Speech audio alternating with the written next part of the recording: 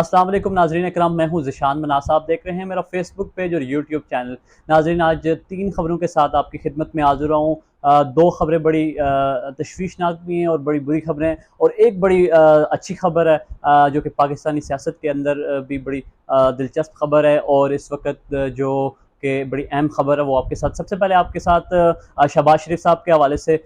کچھ جو واقعات ہوئے ہیں وہ شیئر کرنا چاہ رہا ہوں۔ شہباز شریف صاحب کے ساتھ گزشتہ روز ایک انسیڈنٹ ہوا جب وہ ورکر کنونشن کے ساتھ خطاب کرنے کے بعد جب واپس آئے تو وہ عوام کی لپیٹ میں آئے۔ ایک ویڈیو جو آپ نے سوشل میڈیا پر دیکھی ہوگی بہت تیزی سے پھیلی ہے، جس میں شہباز شریف صاحب کی کچھ لوگوں نے تذلیل کی۔ یہ انتہائی غلط بات ہے، سیاستدانوں کی تذلیل نہیں ہونی چاہیے، لیکن سیاستدانوں کو بھی خیال کرنا چاہیے کہ جب وہ اقتدار میں ہوتے ہیں تو عوام کے ساتھ وہ کس طرح زیادتی کرتے ہیں۔ تو عوام نے بھی تو اپنا حق ادا کرنا ہوتا ہے کہ وہ جو غصہ، جو اگریشن عوام کے اندر تھا وہ انہوں نے نکالا ہے۔ ناظرین، ویڈیو جو تھی میں اس کی ذرا پس منظر میں جاتا ہوں کہ آخر ہوا کیسے اور ہوا کیا، یہ معاملہ کیا تھا۔ شہباز شریف صاحب ورکر کنونشن سے خطاب کرنے کے بعد جب واپس آئے تو عوام کی لپیٹ میں آئے۔ عوام کے کچھ لوگ تھے وہاں پر کافی تعداد کے اندر، تو شہباز شریف صاحب کی گاڑی کو انہوں نے ایک دم گھیرے میں لے لیا۔ یہ انسیڈنٹ جب ہوا تو شہباز شریف صاحب کا جو اسکارڈ تھا، جو سیکیورٹی ان کے ساتھ تھی، جو پروٹوکول تھا، وہ کچھ آگے چلا گیا تھا۔ اسی دورانیے کے اندر شہباز شریف صاحب کی گاڑی کو کچھ لوگوں نے گھیر لیا اور کافی گالم گلوچ کی لوگوں نے، وہ میں آپ کو یہاں پر بتا نہیں سکتا ہوں کہ کس حد تک کی گالم گلوچ تھی۔ اور شہباز شریف صاحب کی گاڑی کے شیشے بالکل بند تھے، وہ بچ کے عوام کسی طرح کا بھی اٹیک کر سکتی تھی، ان کی گاڑی پر مکے مارے گئے، اور بڑے زور و شور سے عوام نے یہ ری ایکشن دیا کہ 16 ماہ آپ نے کیا کیا، ایسا ویسا، بڑی بری طرح سے لوگ ان کے ساتھ پیش آئے۔ تو یہ ایک بڑا سوالیہ نشان ہے کہ سیاستدان جب اقتدار کے اندر ہوتے ہیں تو عوام کے اوپر پیٹرول بم بھی گراتے ہیں، بجلی کے بم بھی گراتے ہیں، جبکہ عوام پسی ہوئی ہے۔ اس وقت عوام کے پاس ایک وقت کی روٹی کھانے کا 1 روپیہ نہیں ہے۔ دوسری طرف ناظرین، ایک بڑی انٹرسٹنگ اور حیرت انگیز خبر ہے، آپ اس کو امیجن نہیں کر سکتے کہ آخر ہوا کیا، یہ معاملہ کیا ہے۔ عثمان ڈار صاحب جو کہ لاپتہ ہوئے تھے اور اچانک سے 9 مئی کے واقعات کو گزرے کافی ٹائم ہو چکا، تقریباً 2 ماہ گزر چکے ہیں، لیکن اچانک سے کامران شاہد صاحب کا ایک پروجیکٹ لانچ کیا جاتا ہے جس میں عثمان ڈار صاحب کا انٹرویو آتا ہے اور ایک تہلکہ مچا دیتا ہے۔ ناظرین، عثمان ڈار صاحب کے انٹرویو کے حوالے سے میں آپ کو بتاتا چلوں کہ کامران شاہد صاحب کے گھر کے اندر ایک انٹرویو پلان کیا گیا کچھ طاقتور حلقوں کی طرف سے، جس میں عثمان ڈار صاحب کے بڑے انکشافات سامنے آئے۔ ناظرین، انہوں نے انکشافات کیا کہ ایک محبوب لیڈر عمران خان صاحب کے ساتھ جو عثمان ڈار صاحب کی ایک لمبی وابستگی تھی، عثمان ڈار صاحب نے شروع سے جب سیاست شروع کی تو وہ عمران خان صاحب کے ساتھ چلتے آ رہے ہیں، جس طرح مراد سعید، حماد اظہر، درتاج گل اور فرق حبیب جیسے سیاستدان تھے، اسی طرح اسی کیٹیگری کے اندر عثمان ڈار صاحب بھی مانے جاتے ہیں، اور ان کی بڑی اچھی افیلیشن رہی ہے پارٹی کے ساتھ، خان صاحب کے ساتھ۔ لیکن اچانک سے وہ آتے ہیں اور چائے کا کپ ہاتھ میں ہوتا ہے اور وہ ایک شو کے اندر بیٹھ کے بڑے انکشافات کرتے ہیں، جس کو عوام نے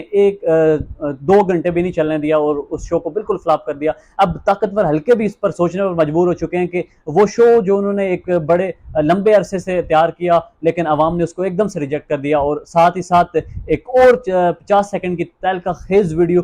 عثمان ڈار صاحب کی والدہ کی طرف سے آتی ہے، جو کہ اس شو کو، جو کامران شاہد صاحب کا پروجیکٹ تھا، اس کو جس طرح سے اس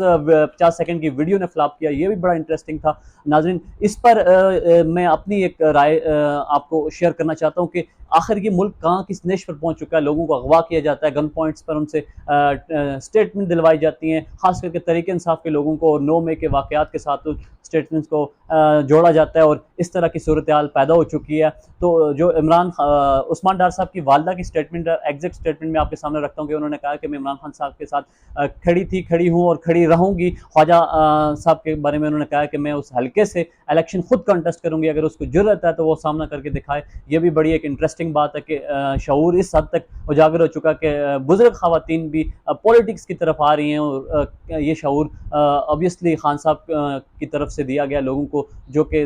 خان صاحب کی پارٹی کے ساتھ وہ افیلیٹ ہیں۔ اور تیسری بڑی خبر جو ہے ناظرین وہ ہے عمران خان صاحب کے حوالے سے کہ اس وقت پاکستانی آج چونکہ 5 اکتوبر ہے، عمران خان صاحب کی سالگرہ ہے، سب سے پہلے تو میں خان صاحب کو جنم دن کی مبارکباد پیش کرتا ہوں، لیکن افسوس بھی اس بات کا ہے کہ وہ شخص جس نے اس ملک کے لیے شوکت خانم بنائی، وہ شخص جس نے اس ملک کے لیے نمل یونیورسٹی بنائی، جس نے یہ خواب دیکھا کہ مذہبی اسکالر پروڈیوس کیے جائیں اسلامی جمہوریہ پاکستان کے اندر، القادر یونیورسٹی کا سوچا،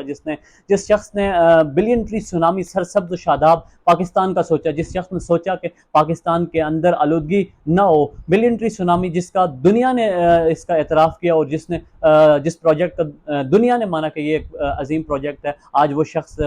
قید کے اندر ہے، اڈیالہ جیل کے اندر ہے۔ اور ساتھ ہی ساتھ میں آپ کو بتاتا چلوں کہ happy birth day Imran Khan اس وقت سوشل میڈیا پر ایک بڑا ٹرینڈ بن چکا ہے۔ ٹویٹر کی بات کرتے ہیں جو کہ اس وقت سوشل میڈیا کا سب سے پاورفل پلیٹ فارم ہے، ٹویٹر کے اوپر اس وقت خان صاحب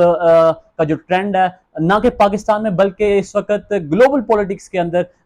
عمران خان صاحب happy birth day Imran Khan کا جو ٹرینڈ ہے وہ سیکنڈ نمبر پر چل رہا ہے۔ پاکستان تحریک انصاف کے جو چیئرمین عمران خان صاحب ہیں، وہ پوری دنیا کے اندر تحریک انصاف 10ویں بڑی سیاسی جماعت ہے اور وہ اس کے چیئرمین ہیں، لیکن وہ بدقسمتی سے وہ 71 سال کی عمر میں اس وقت اڈیالہ جیل کے اندر قید میں، اور جو ان کے اوپر مقدمات ہیں وہ کوئی ایسا مقدمہ نہیں ہے کہ جس سے ابھی تک وہ ثابت ہو چکا کہ وہ انہوں نے کوئی جرم کیا، وہ کرپشن کی ہے، کوئی 9 میں کے کیسز ہیں، کوئی سائفر والا کیس ہے، وہ بھی ایک کوئی اس میں خاص اس طرح کی چیز نہیں ہے، القادر والا کیس ہے، وہ سارے کیسز ناظرین آپ کے سامنے۔ یہ کچھ اہم خبریں تھیں جو آپ کے ساتھ شیئر کرنی تھی اس ولاگ میں۔ ناظرین اگر ابھی تک آپ نے اس ویڈیو کو لائک نہیں کیا تو اس ویڈیو کو لائک ضرور کیجیے گا، میرے چینل کو بھی سبسکرائب کیجیے گا۔ اگلی ایپیسوڈ میں کچھ اہم خبروں کے ساتھ آپ کی خدمت میں حاضر ہوں گا، تب تک کے لیے اجازت دینا اپنے میزبان ذیشان مناس کو۔ اللہ نگہبان۔